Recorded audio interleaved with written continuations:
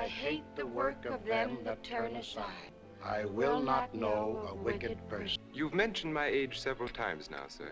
He's an old friend and neighbor of mine. Naturally, if he's nominated, my farmers will vote for him. No, it belongs to me. It belonged to my father and his father, back to the first patroon who took title in 1630. Because it belongs to me. As a farmer, I'd rather own 1/2 acre of barren rock, free and clear, than work the richest land in the world for someone else. I dare say we don't understand each other's viewpoint. It sounds very much like one. Yes, Cousin Miranda, I dance the waltz, but never in a public place. I'm glad you think so, sir. Now it's time for bed. Don't forget your prayers, Miranda. No, Pa. Good night. Good night, Cousin Nicholas. Good night. Cousin Miranda. Yes? On occasion, we dance the waltz at Dragonwyck. Good night. It'd be thrilling that is shared with so many other people. Did you like what you saw? I'm afraid I've run out of words. I've said beautiful so often this afternoon. Every now and then you say golly. I prefer beauty. Tell me about Dragonwyck. How many rooms? I've never counted them. The breeze must feel wonderful indeed with a face as beautiful as yours against it.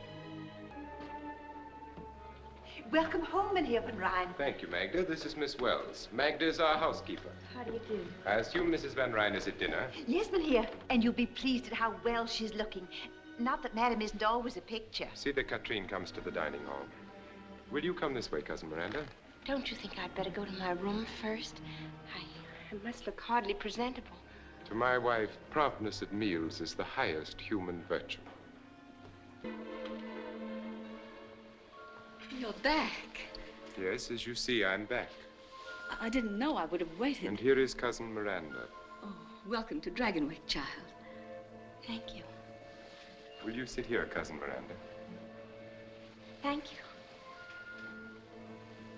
Did you have a pleasant trip, Nicholas? Yes, very. Miss Wells has had practically nothing to eat today, Tompkins. I'd suggest you serve her at once. Yes, my dear? You didn't forget the pastries, did you? Of course not, my dear. All of them, my dear. Yes, madame. And shall we keep the Napoleons for tomorrow? For my lunch. After dinner, you'd best go find Katrine. You might read her a story. We can hardly ask our guest to occupy herself with the child tonight. It would be courteous to return her greeting, don't you think?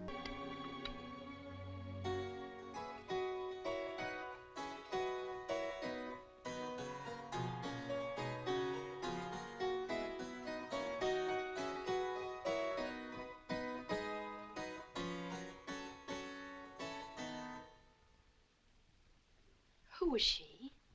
She was my great-grandmother, Azile. She was from New Orleans. She and my great-grandfather were married there in 1743. I guess I imagine it was one of those sudden romantic adventures. Tell me some more about them, Cousin Nicholas. Azile and your great-grandfather. Did they fall in love at first sight? No Van Rijn does anything at first sight. But she must have been happy to live here. As it turned out, it didn't matter. Soon after their son was born, she died. She brought this harpsichord with her from her home. She played it always. Fortunately, we don't listen to servants or to their superstitions. Oh, no, of course not. Isn't it rather late, Nicholas? Perhaps we should I shall stay up for a while, but if you wish to retire, my dear. Yes, I think I will. Well, good night, then. Good night. I think I have some new music that will please you more than Van Beethoven, Cousin Miranda. You can sing as I play. Oh, no, really. Of course you can. The lyrics are printed on the sheet.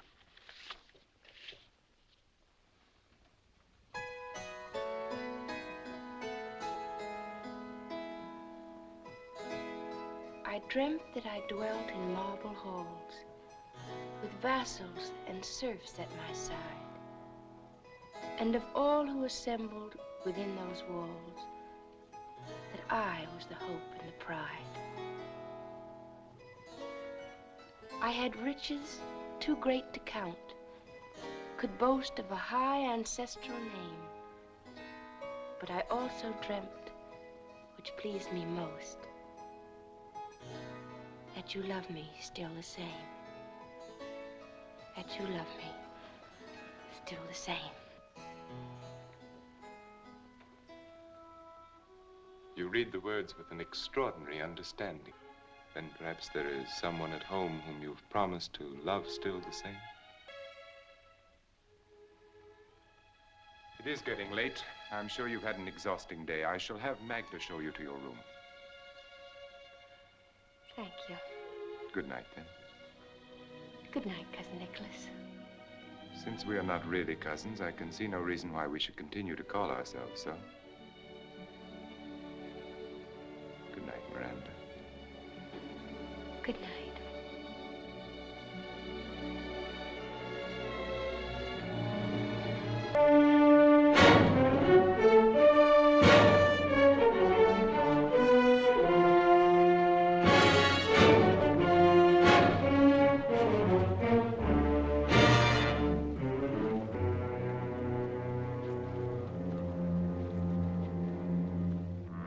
What brings you to our kermesse, Dr. Turner? Are you expecting an epidemic of minor injuries? You never can tell, Mr. Van Ryn.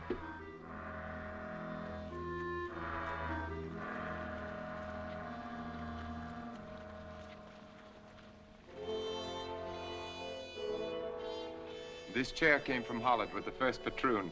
It represents, among other things, over 200 years of extreme discomfort. Rent? No. Nor will you ever again get so much as a grain of wheat from me. It is your purpose, then, to farm my lands and enjoy the privileges I allow you without making any return. And for longer than that, it has belonged to the Van Ryn. I'm sorry to hear it. But since you feel that way, I order you to leave my land by tomorrow noon. Have the next man step forward. Otto Gebhardt. Won't you reconsider your decision, Mr. Van Ryn? Klaus Bleecker and his wife and children have no home other than his farm. Where will he take them? I see you've come empty-handed, Otto. Speak up, Otto. I'll bring the stuff tomorrow, sir, if that will suit. Will the rest of you men step forward, please? I have something to say. He's just lost his head, that's all. He doesn't mean violence any more than the rest of us. I hope you'll overlook this. I suppose I must regard what you did as an effort to save my life, Dr. Turner. And whether or not I regard you as a meddling trespasser, I suppose I must thank you. If Klaus had killed you, it would have done these men infinitely more harm than you could ever do alive. So don't thank me, Mr. Van Ryn. I shall say a few words about what has just happened, and they will be my last. Have been well known to me for many months now. Just what is it he wants you to want so passionately? It has an assortment of highly romantic names. The rights of man, life, liberty, the pursuit of happiness and such. And all those will be yours with the titles to a few acres of soil. Believe me, my welfare does not depend upon you. Rather, you depend upon it. But my rents and tributes and my responsibilities are hereditary, the symbols of a way of life to which I have been born and in which I shall continue to live. I shall never relinquish my position. I am Cornelia Van Worden. My sister Elizabeth Van Worden. You're raising your voice, Miss Van Wells.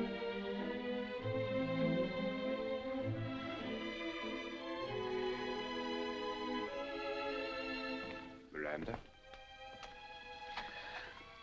Good evening. are you enjoying the kermesse of the upper classes? Very interesting to watch. As if I were visiting a different world. And I suppose everyone has commented on your gown and how beautiful you look. Not everyone. Do you like it, Nicholas? Very much. And do you think I'm beautiful? The most beautiful lady at the ball? Yes, I do. Thank you. I'm very grateful. You haven't answered my question. Are you enjoying the ball? I said it was very interesting to watch. That's not an answer. Well, then, no. Why not? You know that answer as well as I. Because my name is just plain Wells, and I'm off a farm, and I don't speak French, and I don't belong. That's nonsense. Of course you do. I'm as good as any of them. Better. But it's the wrong river. I'm not from the top of the Hudson. I'm from the Connecticut River bottom. Oh, I've made such a fool of myself. Dance with me, Miranda. I can't go back in. It'll be all over the place by now. They'll laugh at me. I doubt that very much. But you don't know. I know that you'll be with me, and that if anyone laughs, we'll laugh. Dance with me. I'm afraid. You must never be afraid of anything with me, Miranda.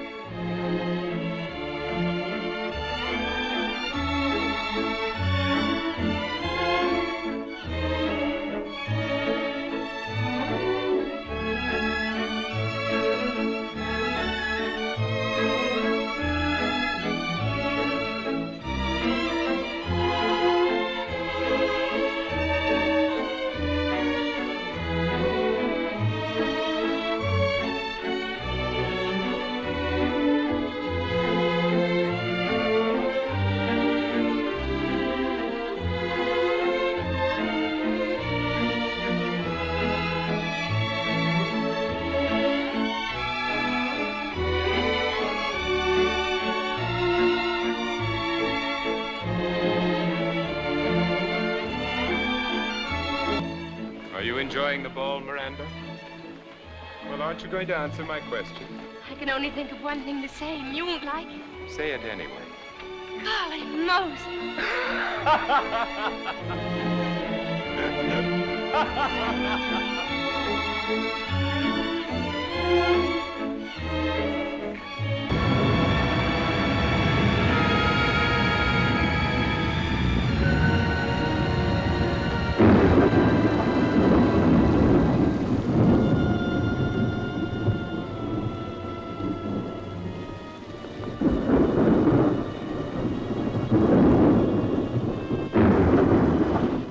Thunder in the world like the thunder of the Catskills.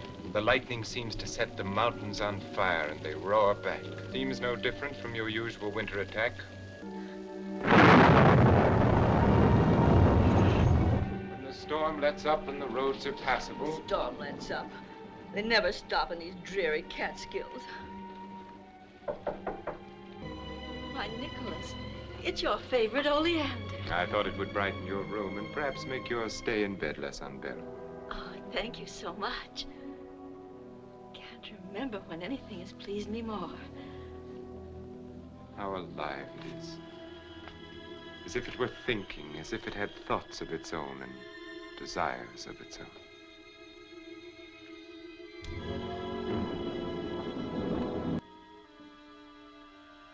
And I'm happy that you're happy, my dear.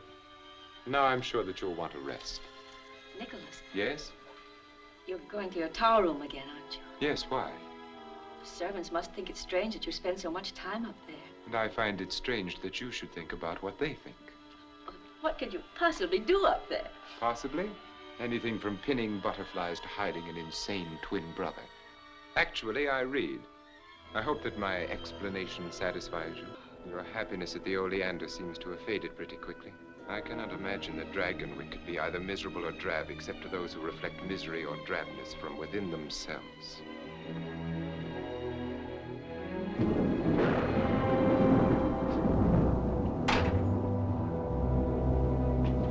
Maria Van Ryan. What is it, Magda? It's Dr. Turner. No one is sent for a doctor.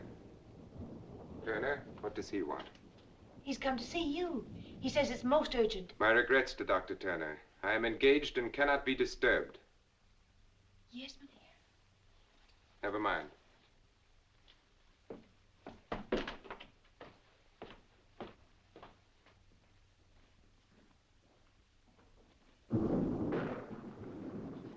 Sorry to intrude like this, Mr. Van Ryn, but it's most important. Yes? Klaus Bleeker's been arrested for murder. It's a pity you weren't there to stop him this time. I was there. He didn't kill anyone. There was an anti-rent riot at Smoky Hollow. Klaus wasn't anywhere near the boy that was killed, but they blamed it on him. If by they you mean the patroons, you must also mean me. The farmers aren't going to stand for this. They've threatened to storm the Hudson jail. With shouts of liberty, equality, fraternity, I take it. Just what is it you want me to do, Doctor? Help my enemy to defeat me? I want your assurance that Klaus Bleeker will have a fair and just trial. Let me make my position clear, Dr. Turner. Whether Klaus Bleeker lives or dies is of no more concern to me than my life was to him. Or you. That seems to be perfectly clear. Good evening. Good evening. Won't you stay for dinner, Doctor? No, thank you. Miranda, have Tompkins set another place. I'd rather not, if you don't mind. Perhaps I spoke a little hastily, Doctor. I might be able to help. Well, that's a pretty sudden change of mind. What brought it on? I assume that John Van Buren is to prosecute the trial, is he not? Yes. He's a close personal friend of mine. You still haven't told me what changed your mind. Dr. Turner, you have my assurance Klaus Bleecker will have a fair trial. Now you might do something for me. Mrs. Van Ryn has a severe cold. Will you help her if you can? Yes, certainly. I'll show you to her room.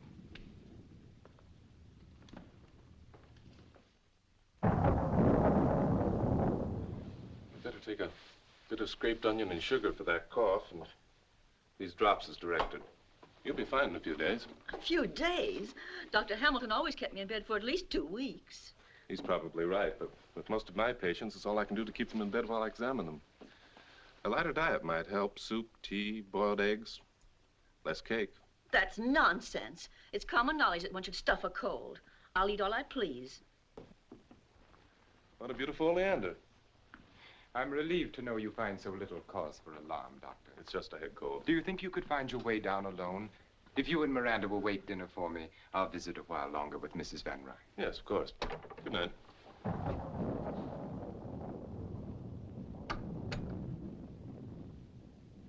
Dr. Hamilton usually encourages you to eat. But then, of course, he has the tolerance of experience and age. Turner is young and relentless. Precisely what I said.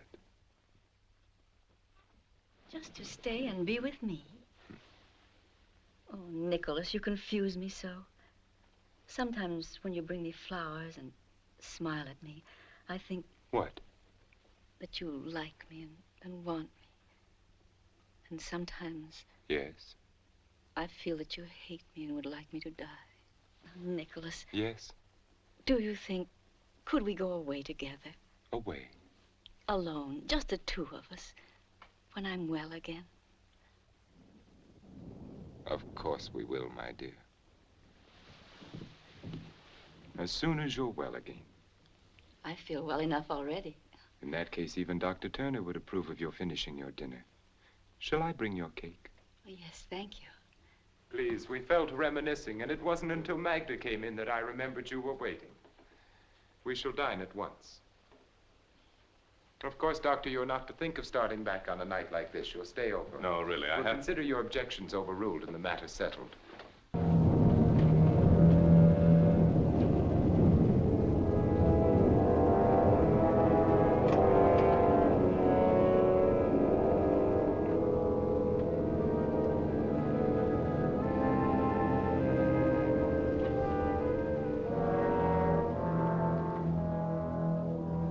Johanna?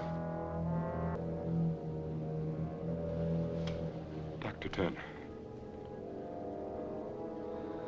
I can't understand it. It doesn't make sense. Are you sure she took nothing but those drops I left? Except for Magda, no one was with her but me. I gave her some cake. Acute gastritis. It's possible, but I don't believe it. Is it also possible that she may have been more ill than you imagined when you examined her, Doctor? Yes, that's always a possibility, I'm afraid. See that the pastor is notified at once. And have him come to me.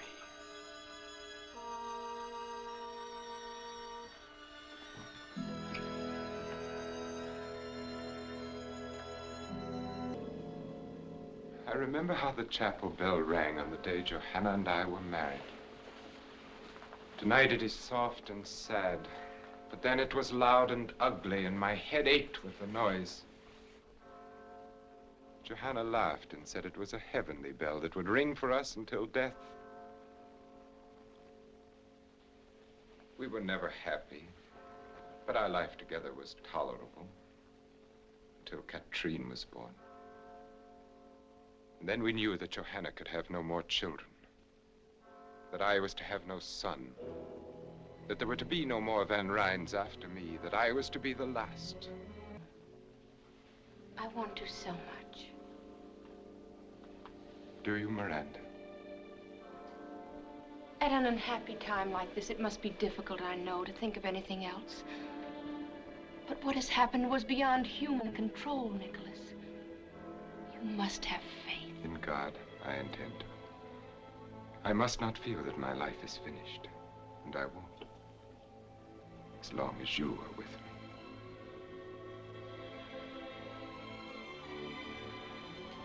Bella.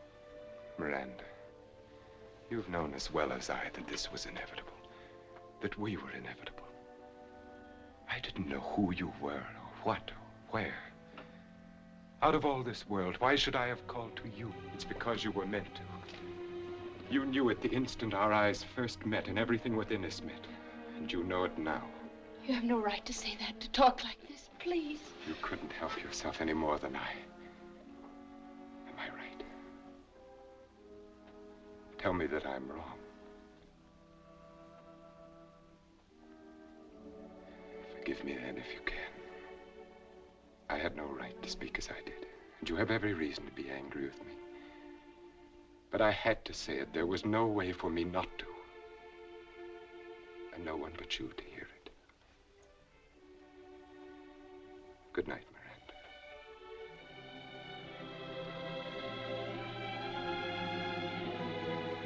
Good night, Nicholas.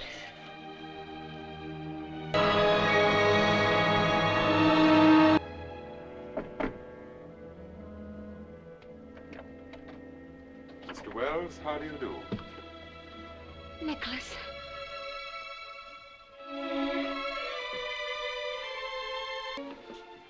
Just what is the meaning of this?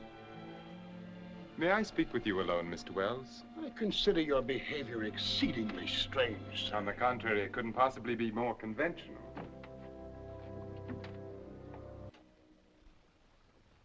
Says he wants to marry you. Says you know all about it. Yes, Pa. Have you considered that your mother and I might object? I have already pointed out to your father at some length that there are no valid objections. And I've already pointed out to you, sir, that I'll make up my own mind. What do you think, Abby? I want to apologize for my rudeness when I entered your house. My only excuse is that I saw nothing and wanted to see nothing but Miranda at that moment. Thank you. I think you should know that I have already called at your parsonage and engaged the Reverend Clark to be here tomorrow afternoon at 3 o'clock. Once we will let the ceremony outshine the costume. Whatever dress Miranda wears will be forever cherished as her wedding gown. Got a lot of pretty words. Too many for me. Miranda, you got plenty at stake here. You'd better say something. So be it. Amen, Mr. Wells. And now I must return to Greenwich. Miranda, will you walk with me to my carriage? Until tomorrow, then. Goodbye.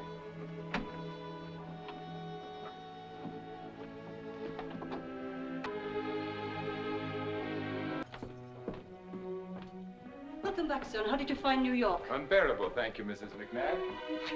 Nicholas. How lovely you are. I'd almost forgotten how lovely you are. I'm not when you're not with me. I'm not anything. 3 long weeks. Have you missed me? Have you been well? I missed you terribly. And everything has been just fine. As a matter of fact... I'm having our townhouse entirely redone. A new music room. We must plan a series of entertainments for the winter season. Mrs. McNabb said I'd find you here. Oh, I beg your pardon. I didn't know. That's all right, Peggy. This is Mr. Van Ryn. Was it anything important? And all of your favorite dishes, too. We won't talk about food if you don't mind. You carry on as if you'd cooked it yourself. Me? I couldn't cook the bottom of a pan. But she managed to burn my best India muslin negligee. That I did, sir. The ironing is worse than the cooking. And she ruined it completely when she tried to sew it together again. What would I be wanting with the likes of a greenhorn like you? Can you tell me? And what was that strange little creature? That was Peggy. Peggy O'Malley. I assumed it had a name. What was it doing here? I've engaged her as my personal maid. Your maid, that untidy little cripple? She's not untidy, and her leg's no fault of hers. She's had a miserable life. It's the strangest recommendation I've ever heard. She's bright and willing and good to me, and Nicholas, I want her as my maid. I shall have McNabb give her some extra money and a good character. It's so little to ask. Please, Nicholas. Deformed bodies depress me. Perhaps I can divert your attention with this. I brought it for you from Mr. Tiffany's new shop. How dare I? You speak as if her crippled leg were a weakness on her part rather than merely God's will. We'll agree then it is God's will. Now perhaps we can discuss your plans for the Kermesse ball. Are they progressing nicely?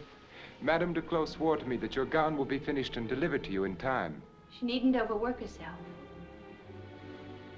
It's very likely I won't need it at all. What do you mean? The Van Bordens sent their regrets yesterday. Their regrets. I see. That makes the 8th refusal in 4 days. Miranda.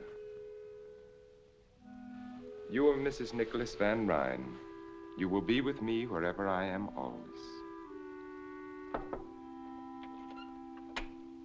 Luncheon is served. Thank you, McNabb. Nicholas, Yes? sometimes I think that we... That we what?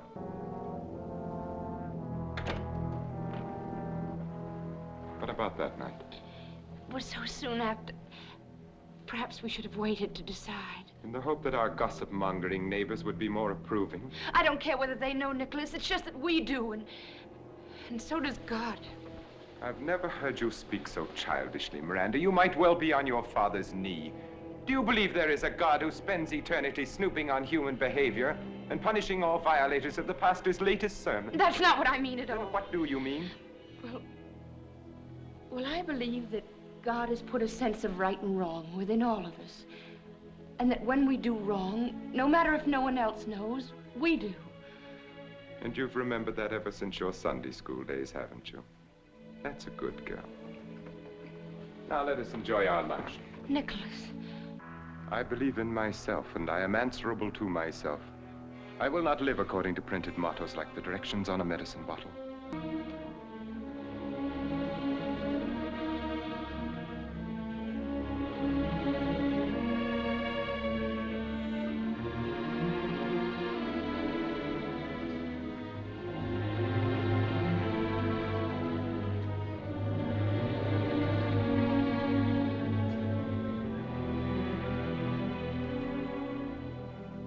Would you like me to say grace?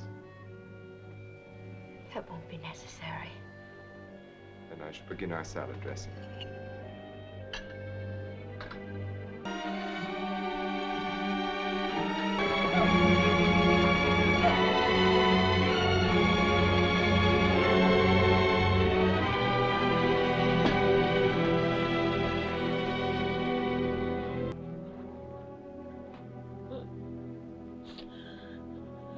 Possible excuse can you have for humiliating me like that? Miranda, what is the matter with you? I believe in God. It is your privilege. I have no intention. And so will my child believe in him. Miranda. And I will pray to God to make him healthy and strong and happy. Miranda, is it true? Yes, are you glad? And now may I have Peggy as a reward, if nothing else? Have I done something to please you at last?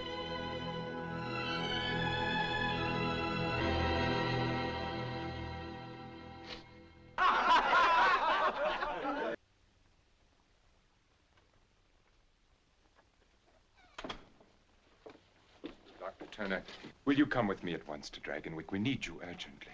Is anything wrong? Mrs. Van Ryn is having a baby. Her time is here. Dr. William Brown has been staying at the manor. I had him come from New York. He's a fine doctor. He's a fool. I beg you to come. There are certain symptoms. Have you any reason to think she's in danger? Mrs. Van Ryn, I don't know that she... Doctor, nothing must happen to my son. All right. Bad, and they won't let me near her. Please, let me go to her.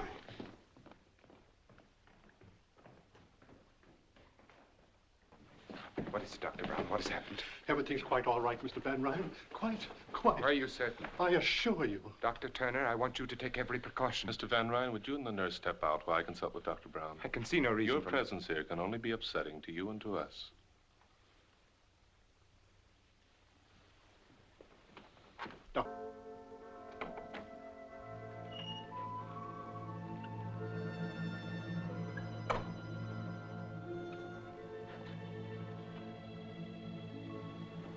Mr. Van Ryn, there's something you must know. Your son is not well. I can't tell you how sorry I am, but at least your wife has come through beautifully, and in time, there's no reason why you can't have other babies. My son is entirely well, Dr. Turner. I appreciate your services, and you will be suitably recompensed. But he can't live. His heart is malformed. It's a miracle he wasn't stillborn. It's nobody's fault. Nothing could have prevented it. It's just a tragic accident. You will find a carriage waiting to take you to your home. You just won't face facts, will you? You never believe anything you don't want to.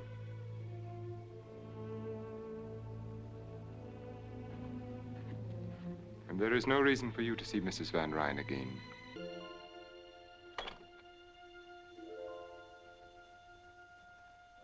Adrian Peter Van Ryn, I baptize thee in the name of the Father, and of the Son, and of the Holy Ghost. We yield thee hearty thanks, most merciful Father, that it hath pleased thee to regenerate this infant for thy Holy Spirit. Amen. Please accept my most sincere congratulations, Mynheer Van Ryn. Thank you, Dominic. You understand, of course, that this house ceremony was only at the insistence of Mrs. Van Ryn. In a month or two, my son will be properly baptized in the Dragonwyck Church. Of course. No, Nicholas.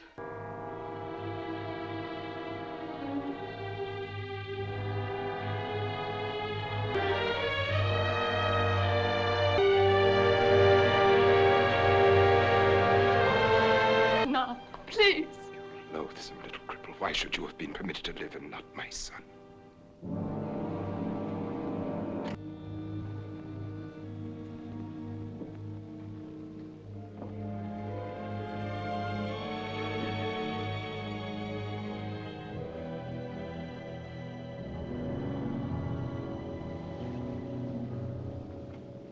Oh, it's you. Yes, Nicholas.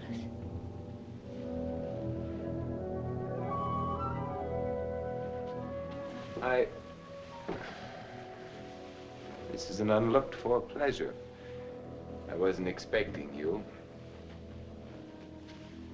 Frankly, I'd almost succeeded in forgetting you. Don't be frightened. I'm sure you're not. You have courage, Miranda. I like that about you. It must have taken a great deal to make this pilgrimage up to the mysterious tower room. I assume your twisted little friend is offering up suitable prayers for your safe return. I see no reason why they should be necessary. Tell me, are you disappointed in what you found here? I'm sure you expected velvet drapes and heathen idols, an altar for human sacrifice, at least. What do I do?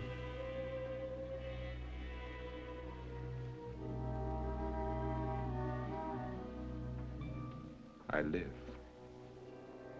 I'm sure you mean a great deal by that, but it isn't very clear to me. Didn't expect you to understand. How could you? Don't be offended. By ordinary standards, you're quite intelligent. But I will not live by ordinary standards. I will not run with the pack. I will not be chained into a routine of living which is the same for others. I will not look to the ground and move on the ground with the rest.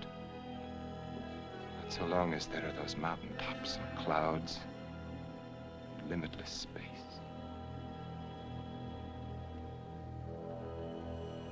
I'm sure you are still unable to understand. I want to try if you'll help me. Shall I? Shall I tell you what you want to know? Brace yourself. Prepare to have your God-fearing, farm-bred, prayer-fattened morality shaken to its core. See, I have become what is vulgarly known as a drug addict. Why? No tearful reproaches, no attempts to save me, to regenerate me. Why do you find it necessary? That is what you could not hope to comprehend. It is because I have set free something within me. Something that ever since I can remember has been like a rock caught in my heart, in my brain, pushing at me, choking.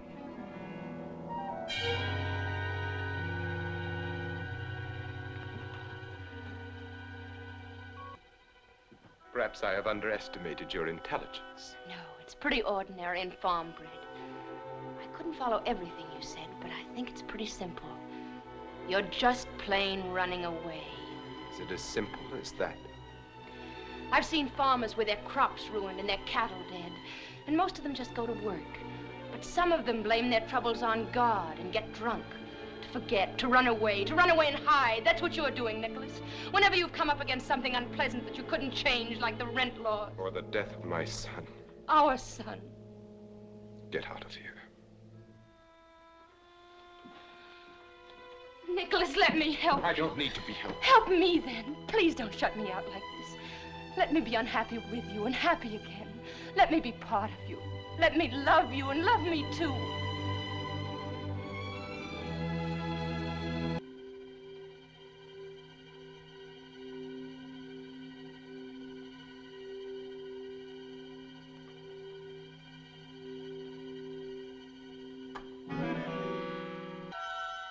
Please don't stop on my account. Your father wouldn't have. I remember how he continued to read so doggedly. Ephraim Wells took his religion without flinching, the way a strong man should. I appreciate the warmth of your greeting, the quick happiness in your face. Inasmuch as this is my house, must I explain my presence in it? Forgive me, I'm so tired. I'm sure you are. This has been a trying time for you. And yet, strangely enough, your tribulations seem to have become you. I cannot remember you more beautiful than you are now. And your beauty amazes me as much now as always. Your strength, the earthiness of your peasant stock, and more, your grace. It would be a pity if we were not to have another. If you were barren. That's a matter of the Lord's will. Yes, the Lord. I'd forgotten. The Lord who giveth life and also takes it away. Why did he take my son's life? I have no way of knowing It that. could not have been without purpose. No one gives life, takes it without purpose. Why do you suppose you are here, Miranda? By the Lord's will or by mine? What you are is the reflection of what I wanted you to be. You live the life that I gave you. Now you do look frightened. What are you thinking? Joanna. Why? I don't know.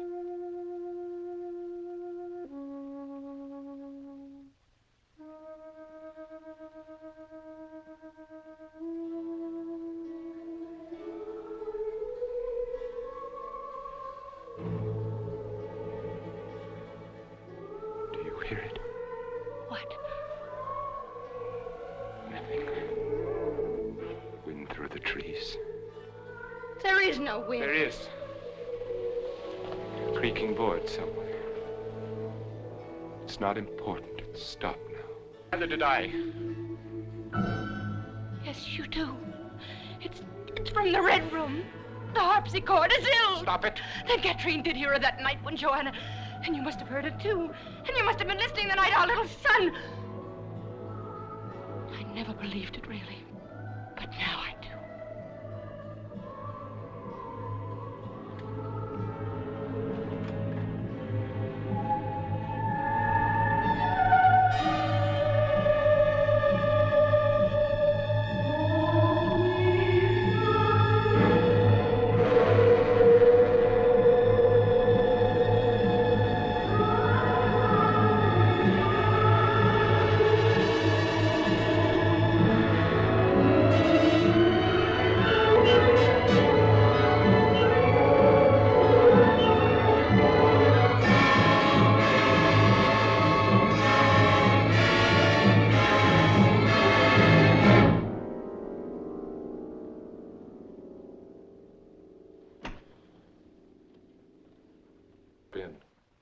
Passing by. I see. And have you an army of farmers equipped with pitchforks lurking in the garden? No. That fight's all over, and you lost it. But Peggy seemed worried about you, so Do I look as if I needed medical aid rushed to me in the dead of the night? You can hardly expect a diagnosis from me based upon your appearance alone. It's good to know you have become more careful in your diagnoses, Doctor. I can recall when you were less thorough. I've improved a lot since then. There was much room for improvement. May I be frank? You're not a very good doctor, Dr. Turner. There are too many things you should know that you don't. I still insist I've improved. For one thing, I've learned a great deal about plant life. I would think that human life were more to the point. I've discovered that the two are strangely related. You know, in a way, you're responsible for it all. How nice. We must discuss your discoveries sometime soon. What about right now? Jeff, what are you doing here at this time of night? The patroon and I are discussing flowers. Flowers? And while we're on the subject, I suppose you've thanked him prettily for the lovely plant in your room? I don't understand. It doesn't matter, he does. Is it as pretty as the plant in your late wife's bedroom the night she died? You're letting the discussion become rather morbid, Dr. Turner. I was never able to forget that plant. At first I thought it's a glucoside, similar in action to digitalis, but much more toxic. I guess it was a good idea to have a doctor on hand that night you asked me to stay for dinner. It was all so legitimate. Your wife with a bad cold. She couldn't possibly have tasted any...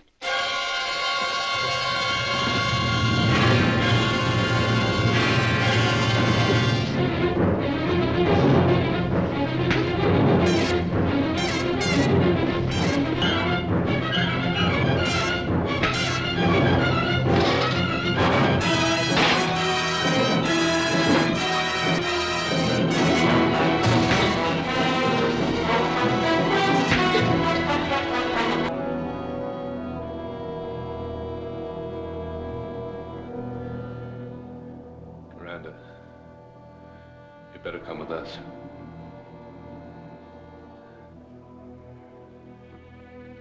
Come on.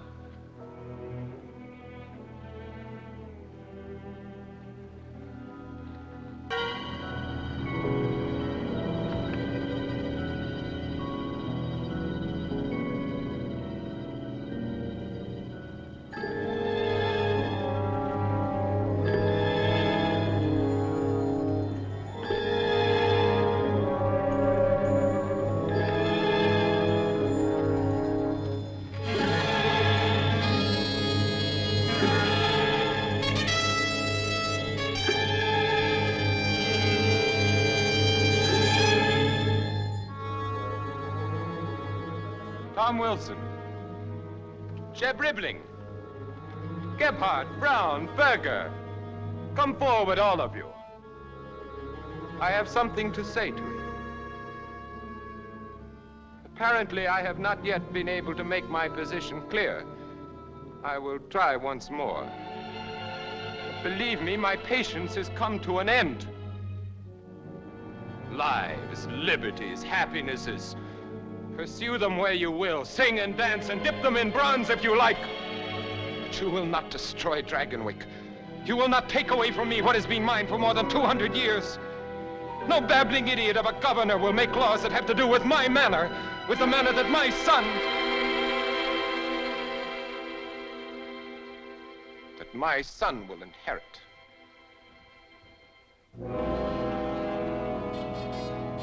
Oh, it's Dr. Turner. What are you doing here? You're not wanted. You're trespassing. I don't want you here. I don't need you anymore. There was a time when you knew too little and I could use you, but now...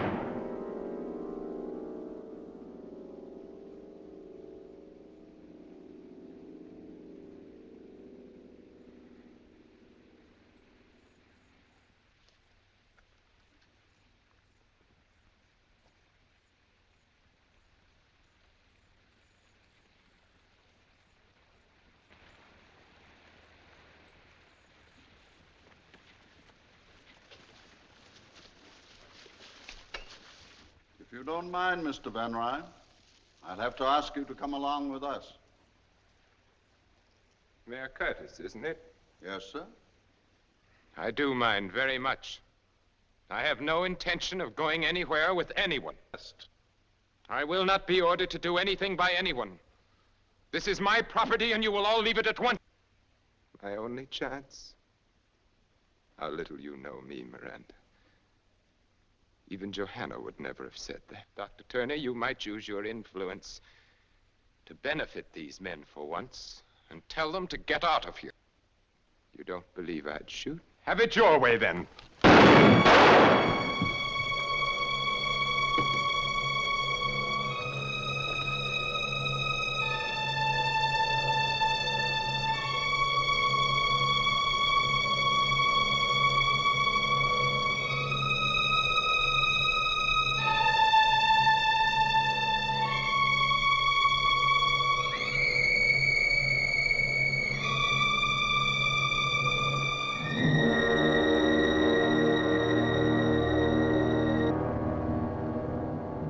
That's right.